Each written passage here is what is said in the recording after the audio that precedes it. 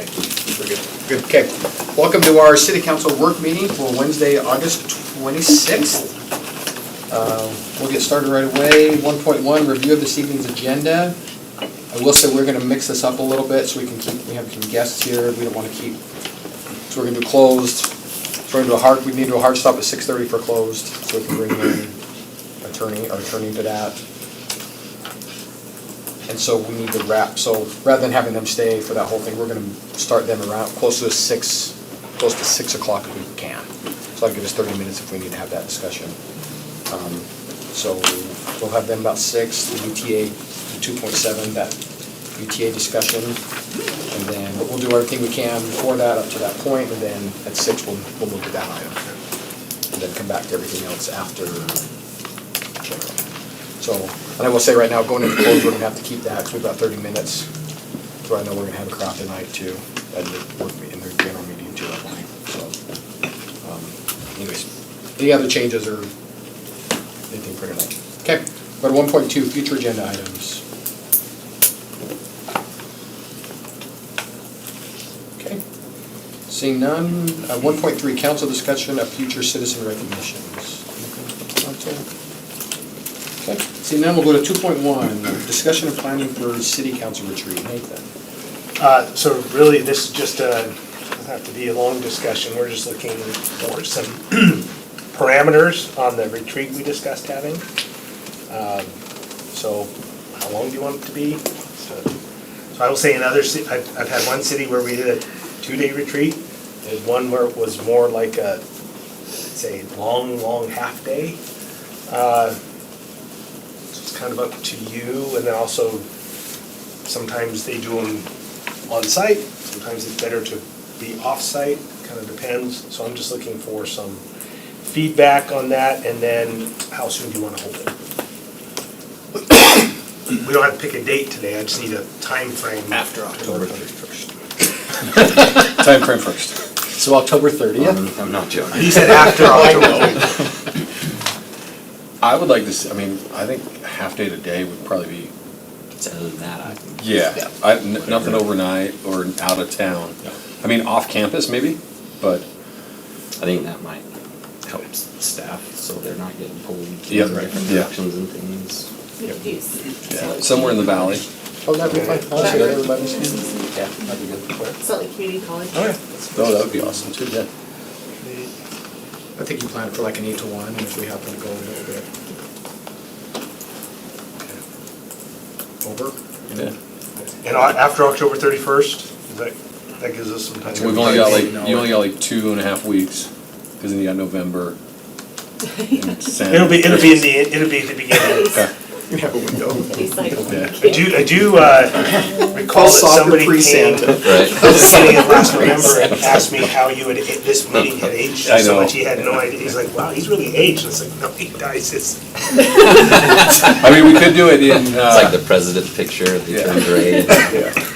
Well, I'm keeping track of the podcast photos, because I've changed significantly through the 4 or 5 years too.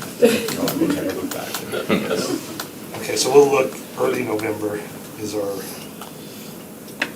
If you want to tell me what you're. I'm good. On that. Yeah, I'm good, and I mean, we've got, during the day, I'm fine. It's usually the evenings, all the way through December, so. Okay, we'll send out. We'll work together and send something out on that. Probably talk to Salt Lake Community College. Maybe use that facility because that again often easier, so you don't get pulled out of. Yep. Yep. Okay. That's all I needed. Okay. Perfect. Okay. Go to 2.2, city status report for Trevor Ram of the Trevor Ram Band. He's your marketing manager, by the way. I couldn't afford it. You applying to work for free? So, report's looking good. I did want to just quickly update some of these project updates. Let's see, on 6400 West, they're still working on landscaping. The trails are in, but they're still working on landscaping. Real Vista, the end of August that's up there is now mid-September. I think Bryce can speak to what exactly is happening. Power to the lights? Yes. Blake fixed So, that. Did you get an extension cord? We got a, Contract. Yeah, so essentially, those are two individual signals on Mountain View, because there's the two, Mountain Views, and they each required a different power source, and we requested that from Rocky Mountain Power from the beginning. But then when they went out to install the power source, they only installed one, so we had to start the process over almost, so that's the hang up on that, it's just power.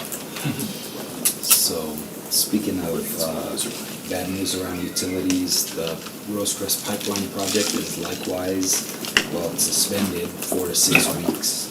And that's due to material delays and utility conflicts. But some good news, Juniper Crest, or Juniper Canyon West Trailhead, they could be paving the trail by the end of this month. So, there's some updates on the updates. Like this month, like August? August. In the next week? That's cool. that Rosecrest project, our water line was about 6 feet off of where we thought it was, I think, something like that. It's, when it was put in, the as-built, and they just don't match what's in the ground, so they ran into that. And yeah, they have kind of specialty pipe that they have to manufacture and is specific to, our pipes have a little bit more flexibility to put fittings in them, but Jordan Valley's big transmission lines are a little bit different. So once they got knocked off their alignment, they gotta go back and redesign everything, basically. It was good though, they were able to get Blackridge Elementary, that section. The night before, that was. Any financial consequences for Not to us? us. No, Any financial would be here, Jordan Valley.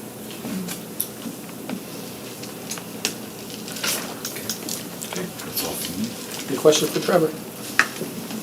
Okay, thanks, Trevor.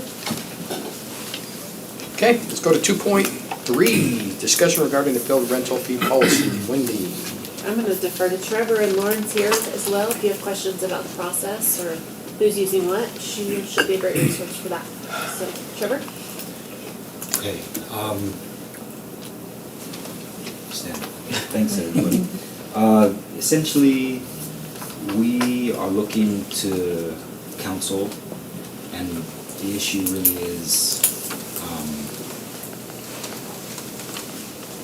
without a policy in place, the field rental, the idea of who gets a contract rate is unclear. And these contract rates are important. These are, in 2025, 96% of our rentals were, field rentals were to folks under a contract rate. And so it's a significant portion of our booking, and therefore to have it unclear as to who gets those rates and who doesn't is a stressful situation, to say the least. And so we've and in the packet you guys have, or council, you've got a potential, it's a draft policy. Some of the elements are eligibility requirements, evaluation criteria. We could look at agreement length, although we probably prefer a year just to keep things in sync with the current booking situation that we have, and then a rate review that would be annual and, at the city's discretion. And so yeah, we can jump into this at any point or place that you feel you want to take it. And like Wendy said, Lauren's here. I'm here. Wendy's here to answer questions. I have some maybe general thoughts and comments. I think what we charge, we need to cover our costs for those fields. Just, generally, and looking at the next agenda item, you've done a really good job of going, hey, this is what it costs us to service the community center, so we're gonna cover our costs. So I think that needs to be a consideration, and then from there, we need to make a decision for, non-profit types of organizations. These are gonna be football leagues and recreational types of organizations that are utilizing our fields, which are the majority of our residents. And do we want to discount from our costs? Probably. to service our residents. If we're talking about tournament types of things that are not necessarily recreational, those are comp league things, I think we can charge more for those types of items. Somebody comes in and wants to use the baseball complex for the weekend. They're charging each one of those teams, thousands of dollars, and that tournament might be making 15 or 20 grand for that weekend. So they are willing to pay more for those facilities, with the understanding that there's probably a higher expectation on the maintenance and preparation. So we might have to spend a little money in field prep or whatever to demand the premium dollar from that. And then with the athletic complex coming into play here, we need to be thinking about that and how rates here and rates in other areas, how are we gonna price that so it's appropriate with what's going on once that amenity comes into play. Yeah, on that topic, having been involved with the youth football for a few years, they're very conscious about field and maintenance and cost when it comes to our own teams. I know they are one of the biggest users up there at Butterfield and other locations.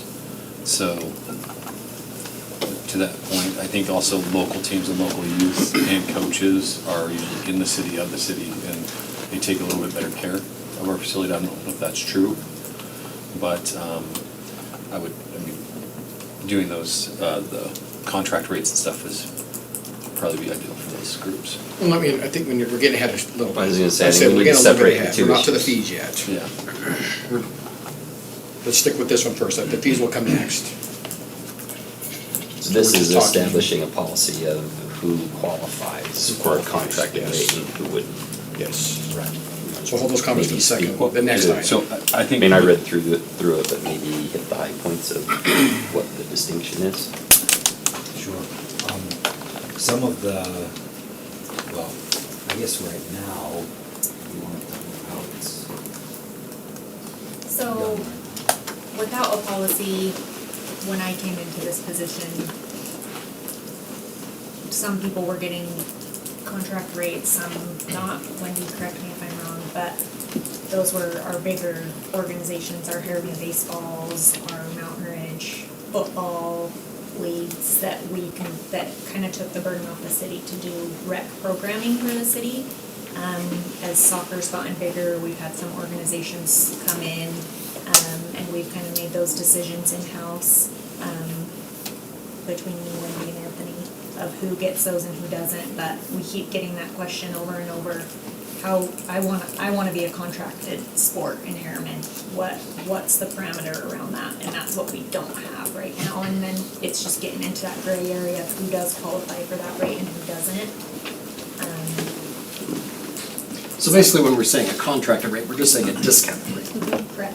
And they do a lot of their own prep, they do the trash, they, Field maintenance. field maintenance, they're doing all of the things that we don't do. So To field facilitate maintenance, their organization.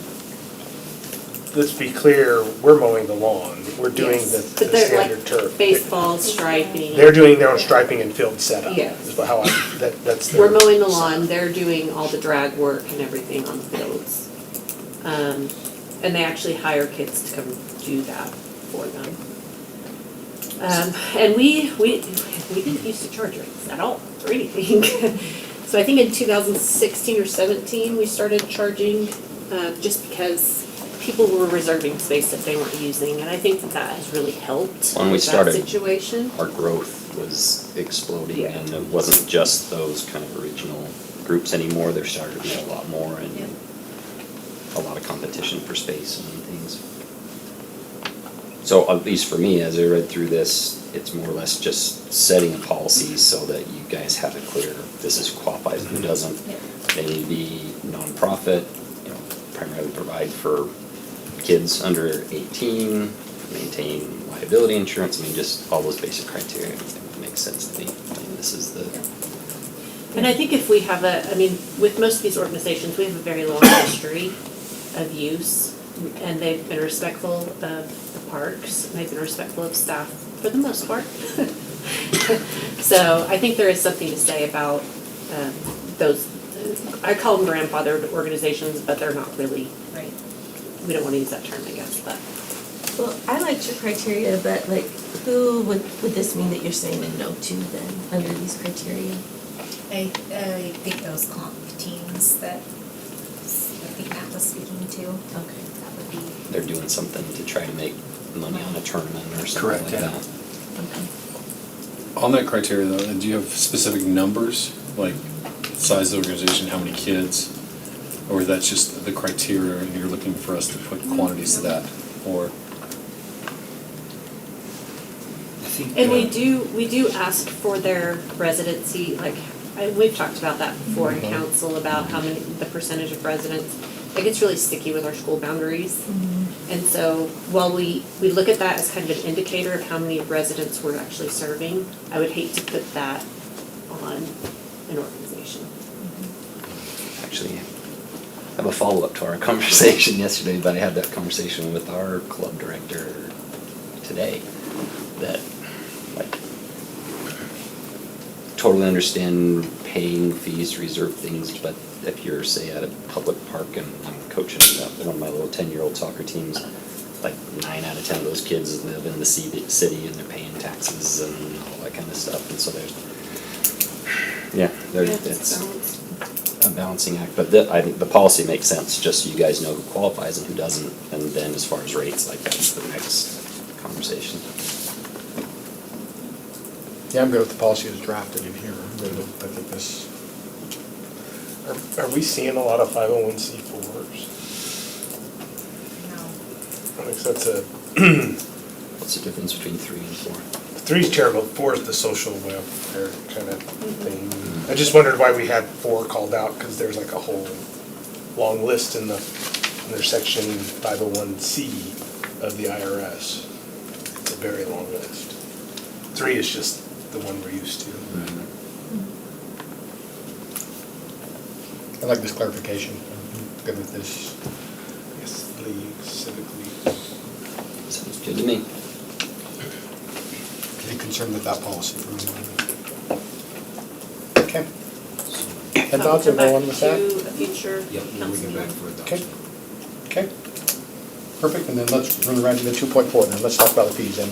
We're starting to hit it. Let's come back to that a little bit then. So you wanted to go there, okay, where do we go? John's pulling up a PowerPoint, but I think the gist of it is we've got, as was pointed out, the contract rates that are gonna be adjusted as well as the non. So just again to clarify, these non-contract ones that are showing up here are by the hour, and as far as I remember, from the last time we adjusted these, we did move them to that place where they're covering cost to operate for the hour. I don't know that we're necessarily recouping replacement costs for, redoing grass or, things like that, but at least the personnel and the operating expenditures are being covered here.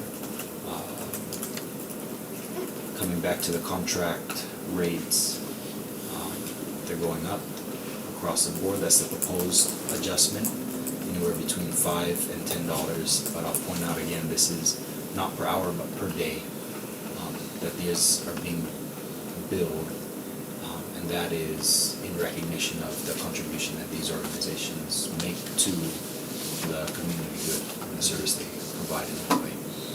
So, yeah, we can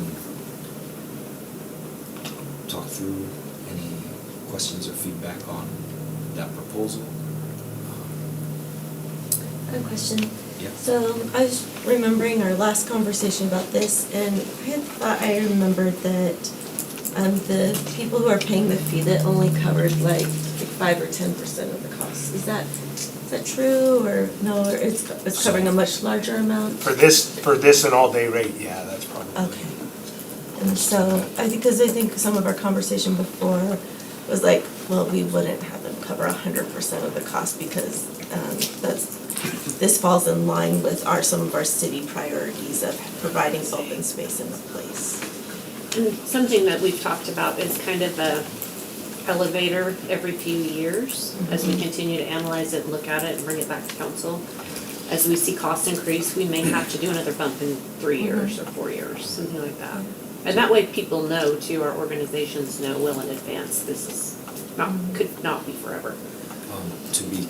And just to put a finer point on that, the thought here was to make these increases effective January 1 of 27, but then hold these rates through for 2 years until we approach 2029, and then we can come back and look and see, because by then the athletic complex part of that may come into play, and we may be, to Matt's point earlier, looking to set fees in such a way that we get the optimal allocation of use around the city, and we're not kind of high, really high here to the point where folks are not using the complex or any particular portion of the field.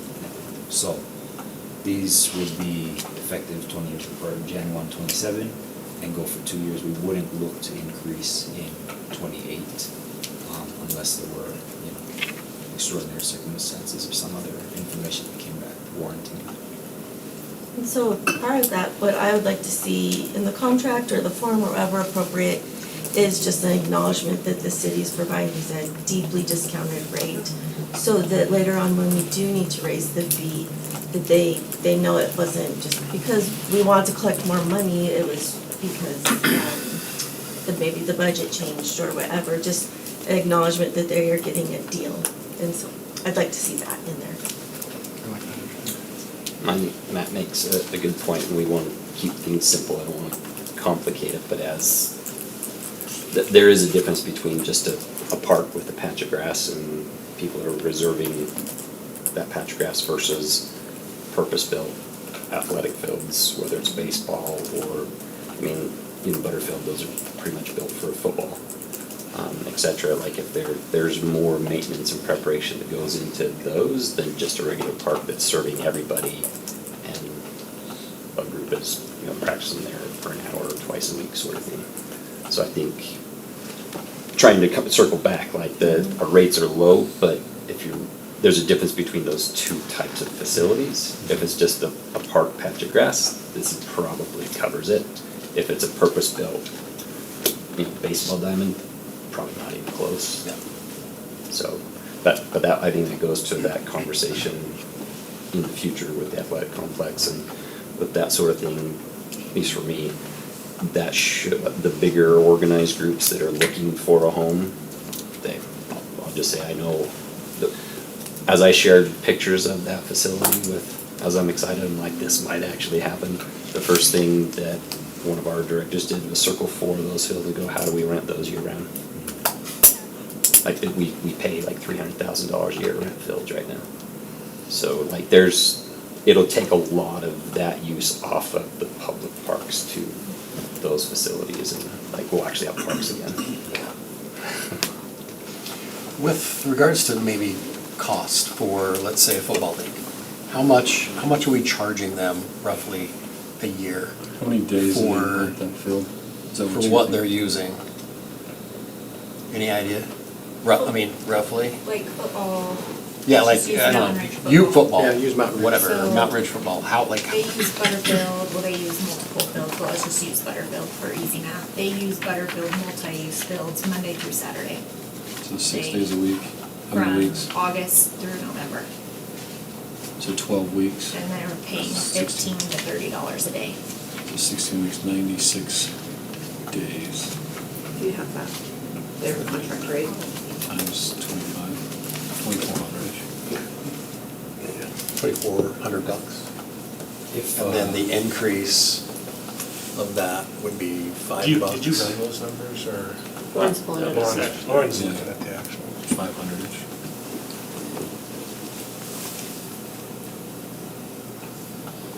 kids are in that organization? Mountain Ridge football. 1,200? Yeah, probably. So we're increasing it less than $1 a kid. Yeah, but these kids, a lot of them are, I mean, youth sports is expensive. Is any youth sports expensive? Just even like one of the USA soccer players shared, like he had a sponsorship and cost him like $1,000 for the rec league, and then he's a world coach champ, so. We've got, just I'm thinking my two older teams, some of the national Oh, championship that's teams. just, 6 of those 18 players are on scholarship. Like, Yeah. I mean, there's no way they could pay. An extra $5, Yeah, I mean, It's not unreasonable right now that we're talking. so about those, I mean, this. go back to that conversation of the good they do to the community. Like, yeah, those nonprofits are nonprofits and they do that to help families out that can't pay and And if the kids aren't playing football, what are they doing? yeah. So then that gets these guys more involved, and so. oh, I'm Yeah. by no means against youth sports. I'm probably the biggest advocates of it. So. I think we're trying to thread any needles over right here. Yeah. We're trying to- Mountain Ridge's, fee that they paid us this year was $6,700. And that's for 3 fields. That's pretty close.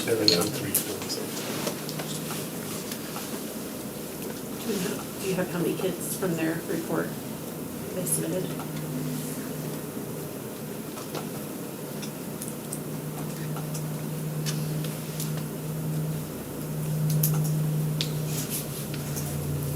So it gets passed on, right? I mean, that's what it does. It just pass it on. When I ran that link, you just, if it's $1 kid, you right here for your buck.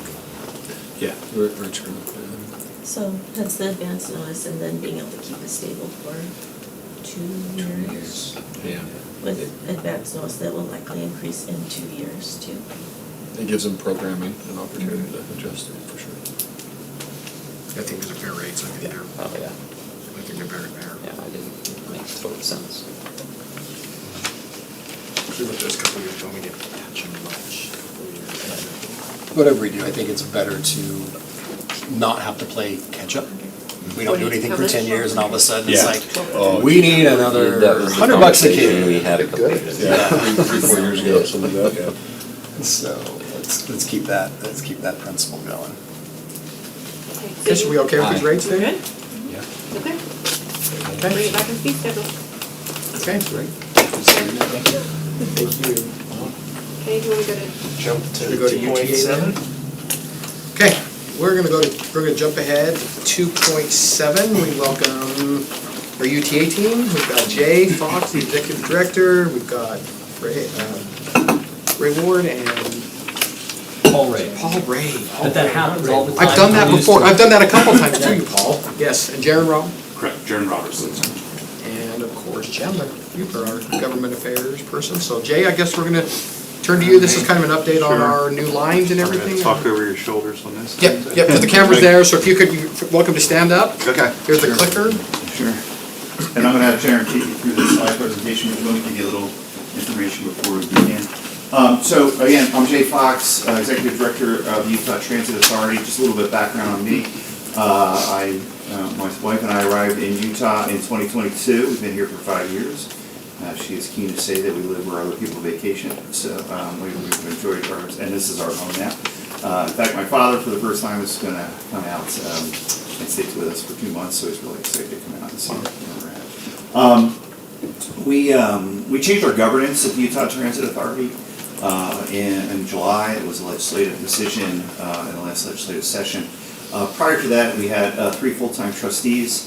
They were essentially responsible for running the agency and had most of the duties legislatively. That has moved to the administrative staff, myself, and our team. That's the way it had been before when we had a part-time board. We now have a part-time commission. We were very appreciative of that trust back in our agency. We are doing really well. We have 40 million customers for 2 years consecutively. That's for a state with 3.5 million people. We rank actually 10th in the nation in terms of per capita use of transit. So we're above a number of agencies. Another stat which is puts a little pressure on us in terms of the need is we're actually number 4 in the country in terms of miles served per person. So that's, so the only ones above us are New York, New York, Washington, and I believe Seattle. So there's, so you imagine that these are sort of funding monsters, and we have a 1,400 square mile service area. So we're really excited. We really do very well. Our on-time performance is 91%, and so we have a wonderful team that makes that happen every day for us. I want to have Jaren go through the performance of transit that is operating within Harriman. So that is the new Route 26 that came into service in 2025, as well as our on-demand service. I want you to know that that is not the only service that is being utilized by the residents of Harriman. We are working now with cell data to track origin of trips from Harriman residents throughout our entire system. You have in 2024, you had over 60,000 trips originating from here just for work.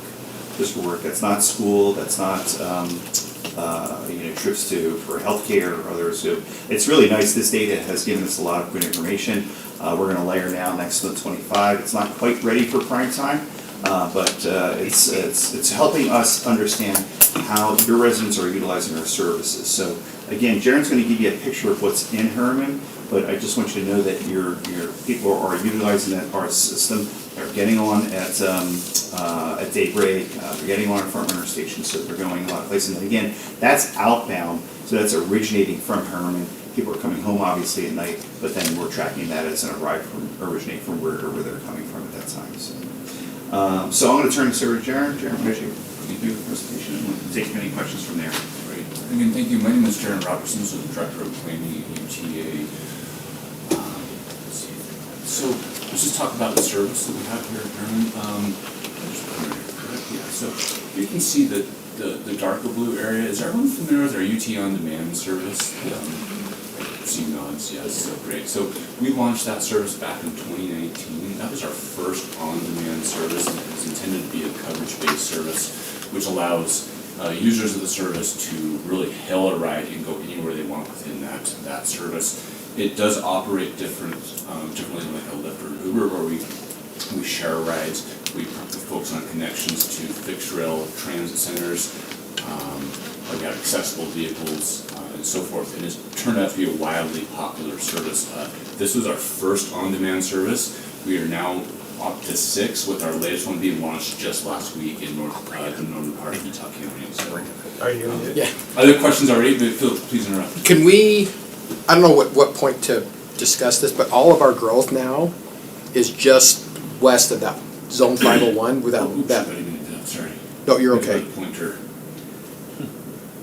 First time using it, sorry. Yeah, right, no, so right in there, that's all of our growth right now. Okay. All of our growth is in that area, but the density, that's the Olympia project, that's our Hidden Oaks, that's all of our growth right now. So I don't know what steps we would need to take, and it's actually really close, I mean, it's close in proximity to the red line, so it'd be ideal to add that somehow. So let me tee up one thing and then. And again, we don't have to discuss it now, but maybe, but I think it's good. So my new boss is the governor. And so when I met with the governor, I gave our 3 priorities. Expand sustainably, so always make sure that as we're expanding, we've got funding for it, because 60% of our capital budget actually goes to maintaining our system. So it's pretty significant. Again, 1,400 square mile system. Number 2 was maintain deliberately, and 3, think regionally. We just leveraged with, actually we're having a celebration tomorrow with Utah County for a new northern Utah County zone. Utah County, through their fifth money, is utilizing that funds for that service along with the Utah Department of Transportation. This is a conversation we've had before, which is the fifth in this county is tied up in the county first class highway fund. And so we think that is something that Senator Harper and others would probably be receptive to in terms of conversations on moving that back to the county for projects like that, so that we could fund it. I can't say that would be the absolute way we do it, but you know, Paul and I have had conversations, people are aware of that issue, that all that funding that was designed for transit is wrapped up there, and so we hopefully would like to do it. So it's an acknowledgement of the desire to have funding out there, transit out there, and would certainly like to look at ways to fund that. So, because to add that area, we'd have to add vans, you'd have to add vans. That's right, yeah. So, I would quickly note, just to continue on that, we are just started the process of developing our long-range transit plan. Yeah. And I say long-range transit plan, but it encompasses 5 years, 10 years, 20 years, and 30 years, which aligns with the regional RTPs, but we do look at local service. So changes like this would go through an incorporation to our transit planning process, and we do engage with our stakeholders, including cities, with that process. So, yeah, and one thing that we're gonna do in that process, which we did when we did 126, is here's the cost of, you know, here's the number of operators we need, here's the number of buses we need, here's the ongoing maintenance costs, because we wanna be able to identify that so that when, to the point of expanding sustainably, we can say, all right, this is what we need to get there, and then how do we do that together? Perfect, thank you. and just to highlight to everybody, so as Jay mentioned, in April 2025, we opened up the Route 126, which connects to the Daybreak track station. You can see it comes down south, connecting to the Thurston High School, your community college, back up to 126 south, into the Draper front runner station, and then over to the end of our Blue Line station. So that is still a fairly new service, but I'll talk about that performance along with on-demand services and some cleaning up slides. All right, so on Route 126, again, this is a newer service. We're working on the maturity of the service. We're seeing about 226 average daily boardings across the full route. When we look at Harriman specifically within their borders, we're seeing about 23 average weekday boardings when school is in session. School's out of session, I got it backwards already, and then 36 average weekday ridership when school is in session. We're seeing a higher concentration of ridership, which means about maybe 1 to 6 boardings per day at those locations. And those locations would represent, there's a housing development just north of the community college. We have your Salt Lake Academy High School just south of the community college, and then we have, this is very typical with a lot of our services, grocery stores and stuff, so Walmart would be close to that other location. For on-demand, this is our most successful on-demand service. I do want to highlight that the transit agencies across the country watch what we're doing here in Utah, so we've had a great deal of success, and notice we've continued to grow our services. This is a large service area. It's about 65 to 70 square miles. We do about a little over 1,100 trips daily within the zone. We do about 87% on-time ride request completion, so getting most people who request a ride. It is about a 31-minute average wait time for a ride. That is above our target of we shoot for 10 to 20 minutes, but demand is so strong within the area, it's generally a longer wait. One thing we just implemented last week when we launched the other zone with this area is we do what we call a TNC overflow. It's a new concept, and so if certain parameters hit and we can't meet a ride request, we can offer whoever's making that ride request a trip on like a Lyft or an Uber instead of this. It's at the customer's discretion to accept that ride or not, but we're trying to look at how we can provide overflow demand in other ways as well. So this is something new, just launched it. The customers really don't know until they get that request, like, hey, we have a long wait, would you like to take a trip on Lyft instead? So something we're just barely starting and testing on. Then is it at the same rate? I was gonna say, Same yeah. rate, correct. Okay. Yeah. Oh, wow. So we would subsidize, we did pay the fare when we subsidize the rest of that. It's just that we would still be within the zone. Correct, same parameters within the zone, right. When you guys are at capacity and you aren't able to accept another rider, does it just show like unavailable? The reason why I ask is the last couple of times I've attempted to use on-demand, and I just go in the pickup and it's like, sorry, here's the best bus route. And it's probably before. So there's a couple things. It will eventually time out and say we can't find you the trip. The challenges during peak hours, as you can probably imagine with most services. I've been talking to our team who runs the service, that they feel like a lot of customers know that we're working in a 30-minute wait time, so people are adapting to know, hey, I need to take a trip, I'm gonna book about 30 minutes in advance. The other thing we do is, as you noted, is with the Route 126, we partnered with Avia, and so within the app, if they see there's a similar trip that they can take on the bus route versus on demand, they will push them to the bus service instead. We're trying to push the overflow demand onto the bus route as well. Yeah, and there's another reason for that too. When we designed this route, and we designed it with all the cities that we're serving, we designed it using the heat map to show, here's the hottest routes that we have, and so we want people to utilize the bus because again, that frees up capacity. Yeah, and then it's great thing we have with this, as Jay mentioned, we have that data, so we have those trip patterns, and I'll show a little bit later in the slide. When you use that to a bus or to the front runner, is the fare transfer, like is it a free transfer from Via to front runner, for example? Or would you have to pay another fare? So on-demand, fixed route bus and our light rail, the Trax light rail system is all the same fare. So yes, it's a one-to-one transfer within our transfer parameters. Front runner is a distance-based fare, and so you may have to pay, I think we call it a T-ticket. So if you're going from Draper up to Ogden, you may pay an additional fare for that. I shouldn't say you may, you would. And then throughout that blue zone, do you see more people in the west, like urging from the west side, like from our side, or, because it went clear over to Draper too, Yeah, right? let me show you, well, can we come back to that, your question, the next slide? Sure, of course. Because this is a heat map specific to Harriman city limits, and so you can see our top destinations, our schools and campuses. Grocery stores are huge. It's not on here, but transit, well, it's because it's within Harriman city limits, but our transit locations are the top locations, apartments and neighborhoods, and then dining and local services. So I'm gonna get to your question on the next slide, 'cause I think I have a better map of trip patterns there. That is 1 week worth of trips within the service. You can see how it enables them to move freely with about the zone where the bus service, you're limited to that corridor. So we took data, this is from this year, so January to June, and so we did about 155,000 over. You said 1 week, you mean 1 year? 1 week on the map. Oh, on the map. Sorry, the map's just 1 week worth of data. There's no correlation between the numbers in this map. I wanted to show just in those trip patterns. If you can start to make through that, you can see that our transit centers are really popular destinations for the service. So on par, we're doing about 300,000 trips per year. If we look at trips that are just originating within Harriman but leave the city, we're doing just over 3,700. Very close to trips coming back into the city. And then trips that start and end within the city, just over almost 1,900 trips.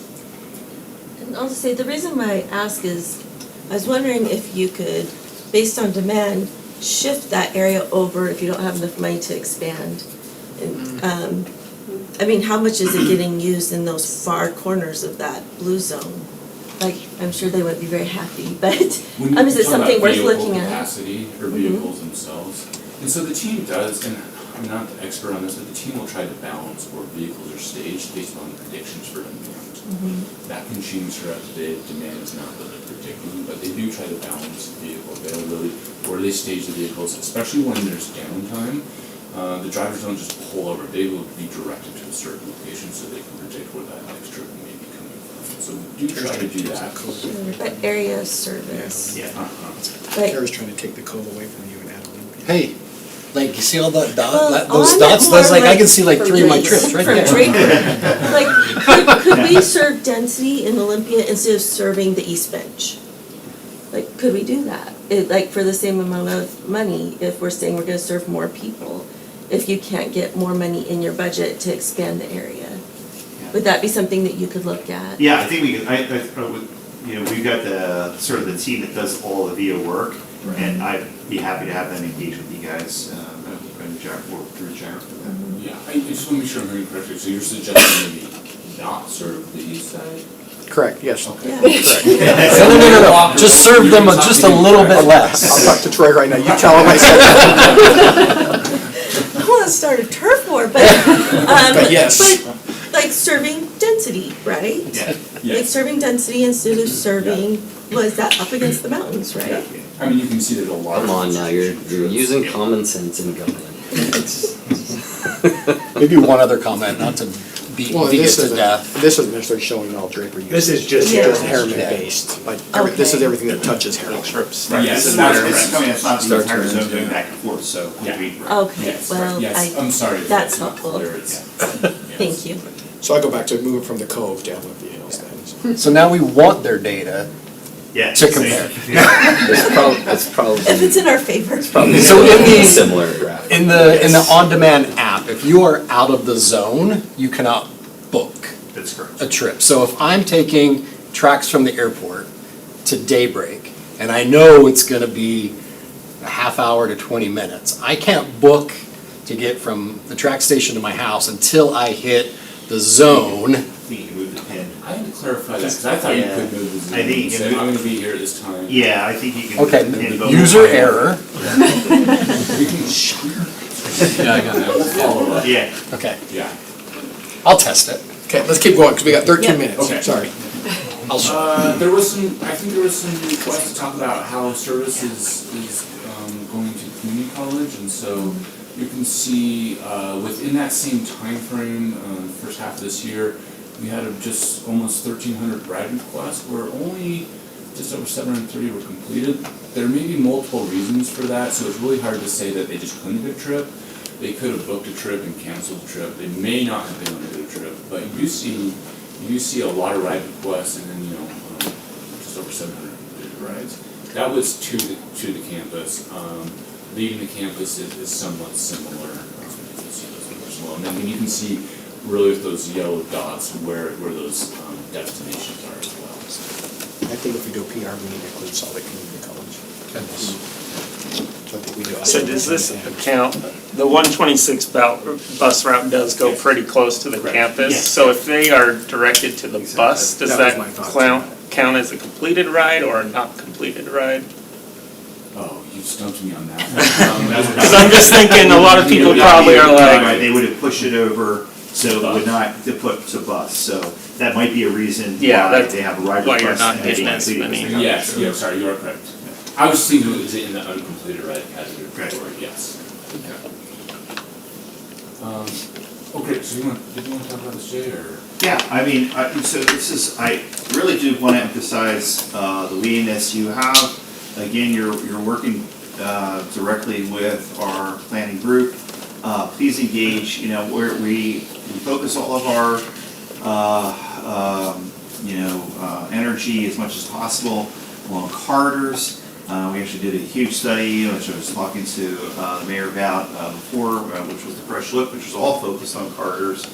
How we work together, how can we work together with our state representatives to, focus funding on those corridors. The job creation that we do, that we're responsible for is 79,000 jobs just from the existence of the Utah Transit Authority. It's not just people that work there at our agency, which, by the way, we have 3,200 people that work. We're top 50 employer in the state. You're seeing through On Demand the strength of first and last mile connections, because we do have a lot of people that are utilizing all of our front runner and track stations. Having the zone down here has been actually very successful. I think when you're challenged with capacity, that's actually a good thing because it's showing that it's successful. It's showing that there's a huge demand for it. And so, working with Utah Department of Transportation, there's actually a innovative grant program which they're now taking applications for. I know there's an interest in growing the on-demand down here with some of that funding. So we're always looking to work together with our teams. We have, Paul is here, Chandler's here. We're here to serve you. We're here to take any questions you have. Go ahead. We're talking on that grant space, just a question, because I think I mentioned to you, we had talked about, no, that was. We've Senator had several Fillmore. meetings with Riverton and Bluffdale already. We're doing a joint grant with Great. them. We've been working with Joe Martin with VIA and Is that where we're looking expanding. instead of going the more frequent? Which do you It's- recommend? It's both. Oh, So okay. the question I had on that was, how long is the funding available for the 126 bus? Is it only 3 more years, or is it? For the innovative grant programs? No, for the 126 bus, it was brought up in that meeting that the funding is only available for a couple more years. No, It's funded in it's, our it's, long- it's in our, it's in our plan. Okay, maybe I missed that. They were talking about cutaway buses to let the funding go longer on the 126 bus, which are smaller buses. No, I think we were thinking about, do we want to continue to run 40s on it, and, you know, so that's been a question that we're engaged with. Maybe it was the cutaway bus would let you run more frequent because it's, Yeah. so that's. I think it's because I think that there's some cost savings of going to a smaller bus, and models where we can reinvest those monies into a higher frequency in that service, yes. And those are the things we're talking about in this meeting. This application, they said, would be out, or available for us to apply for mid-September. Yeah. So we're looking for that, and then it would be looking at increasing the availability Supply. and then increasing frequency on the bus. So we'd be looking at both. Both, okay. But not Yeah, just so increasing the Scarabia is zone our necessarily. contractor that we We use didn't talk for, about the for all of our on-demand service. Yes. Okay. The zone sounds like it's probably something through the Wasatch Front RTP process, and updating that, which I think everybody gets invited to those, so it'd be important to bring that up in those Yes, meetings. WFRC is doing their interim stakeholder engagement, but it is a local service, so we'll be looking at it in our long-range plan as well.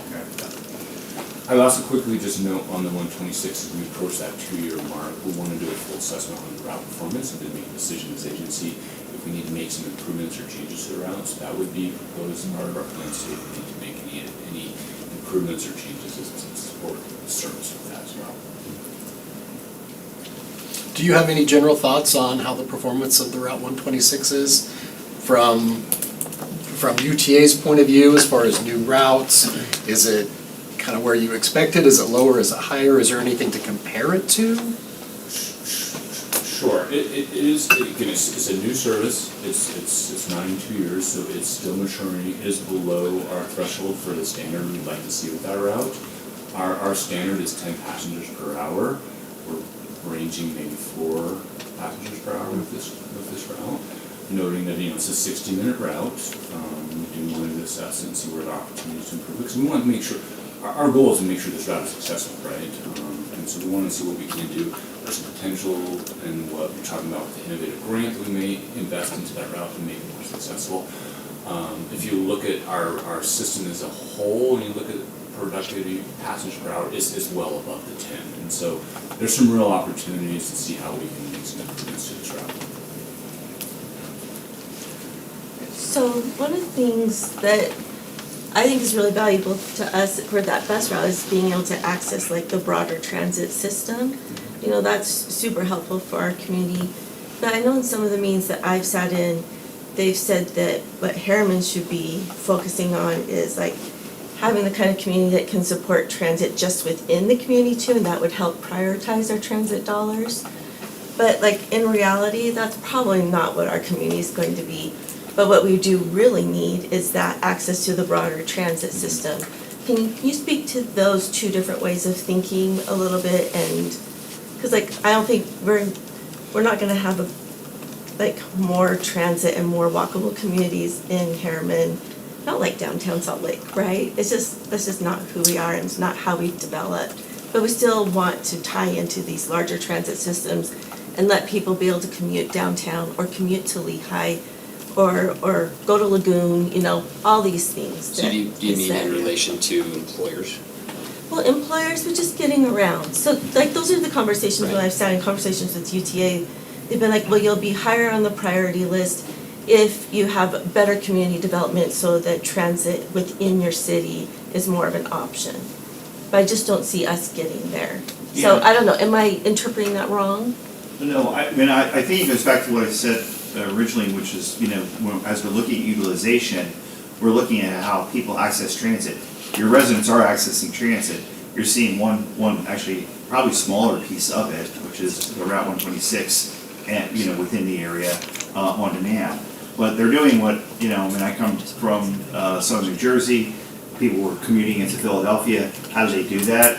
I drove a few miles to the train station, and that's what's happening. I mean, you're getting annually, and this is on 2024, which I'm sure it's increased from there as we look at 2025, 60,000 trips originating from Harriman. And that means that there's probably about the same trips coming from wherever those destinations back into Herman. So they are, your residents are utilizing the system, and they're doing it in a very traditional way, which is they're going to park and rides, utilizing our rail services and making the trip that way. We actually picked up, because we just started the on-demand zone in northern Utah County, a trip originating from here, getting on from Erner, going down there, and then jumping on the on-demand zone in northern Utah County.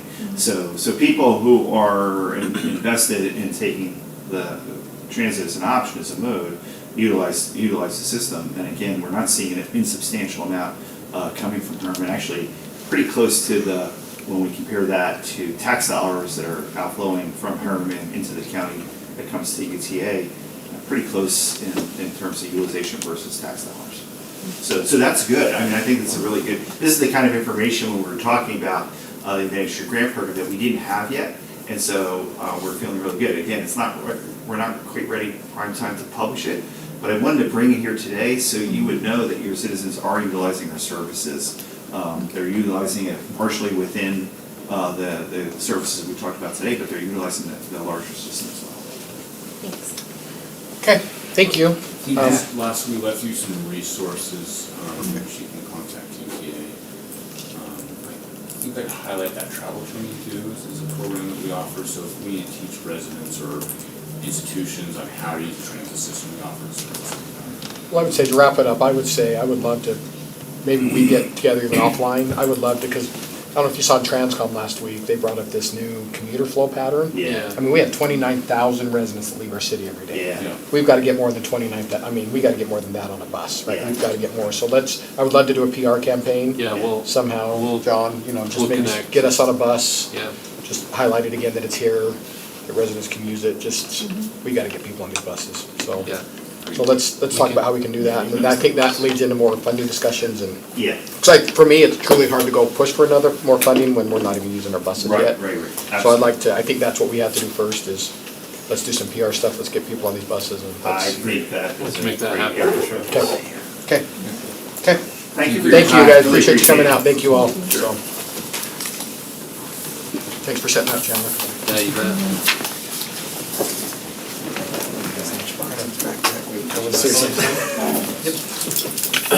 Okay, I will look for, we're gonna go ahead and go into close, so I'll look for that motion. Make a motion to temporarily recess city council meeting, go into closed meeting for the following purposes as provided by Utah State Code annotated 52-4-205 for strategy sessions to discuss pending or reasonably imminent litigation, strategy sessions to discuss the purchase, exchange, or lease of real property, or to discuss a proposed development agreement, project proposal, or financing proposal related to the development of land owned by the city.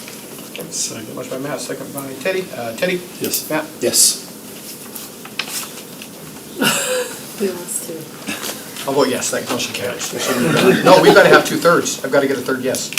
I need a fourth yes. Tara, Matt, Jared? You're like yelling at your kids. I just need a yes. Yes. Yes. Thought we got out of it. Okay, so we will go into closed, unanimous will go into closed, we need